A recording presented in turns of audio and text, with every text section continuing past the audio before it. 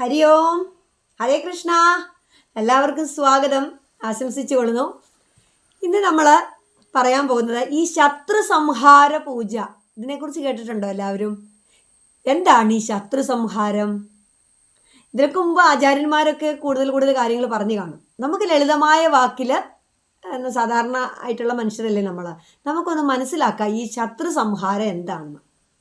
ആദ്യം തന്നെ നമ്മുടെ മനസ്സിൽ വരുന്നത് ശത്രു സംഹാരം എന്ന് പറഞ്ഞാൽ ശത്രു സംഹാര പൂജ, ശത്രു സംഹാര പുഷ്പാഞ്ജലി എന്നൊക്കെ കേൾക്കുമ്പോൾ നമ്മുടെ വിചാരം നമ്മൾ മറ്റൊരാൾക്ക് വേണ്ടി, നമ്മുടെ ശത്രുവിനെ മാറ്റാൻ മറ്റൊരാൾക്ക് വേണ്ടി ചെയ്യുന്ന പൂജയാണെന്നാണ് നമ്മുടെ വിചാരമെങ്കിൽ അങ്ങനെയാണോ?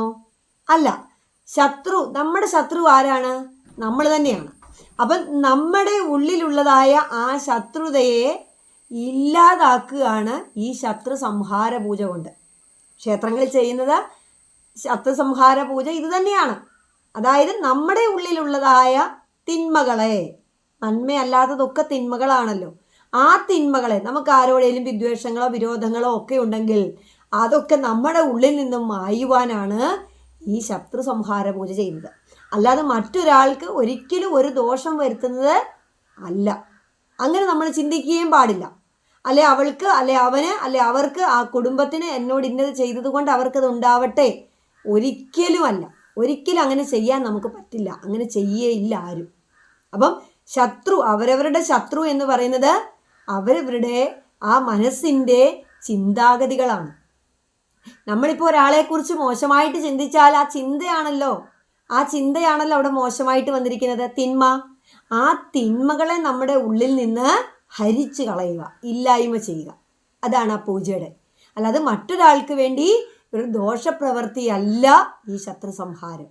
അവനവൻ്റെ ഉള്ളിലെ ആ അഹന്തയെ നമ്മളിൽ നിന്ന് നീക്കുന്നതാണ്.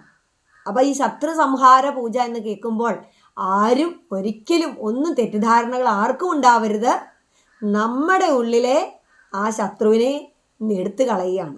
നമ്മുടെ ഉള്ളിലെ ശത്രു എന്ന് പറയുന്നത് നമ്മുടെ ചിന്താഗതികളാണ്, അല്ലേ? അപ്പോൾ ആ ചിന്താഗതികൾ നമ്മളിൽ നിന്ന് മാറിക്കഴിഞ്ഞാൽ നമ്മുടെ മനസ്സ് ക്ലീൻ ആവും. പിന്നെ അവിടെ ഈശ്വരനാമത്തിന് മാത്രമേ പങ്കുള്ളൂ. അപ്പോൾ ഈശ്വരനാമങ്ങൾ കൊണ്ട് മാത്രമാണ് ഇത് ചെയ്യുന്നതും. ഈ ഈശ്വരനാമങ്ങൾ ജപിക്കുന്നവരുടെ ഉള്ളിലും ഈ പറയുന്നതായ ഷഡ്വൈരികളൊന്നുമില്ല. കാമം, ക്രോധം, ലോഭം, മോഹം, ഡംബ്, അസൂയ ഇങ്ങനെയുള്ള ഒന്നും ഉണ്ടാവില്ല.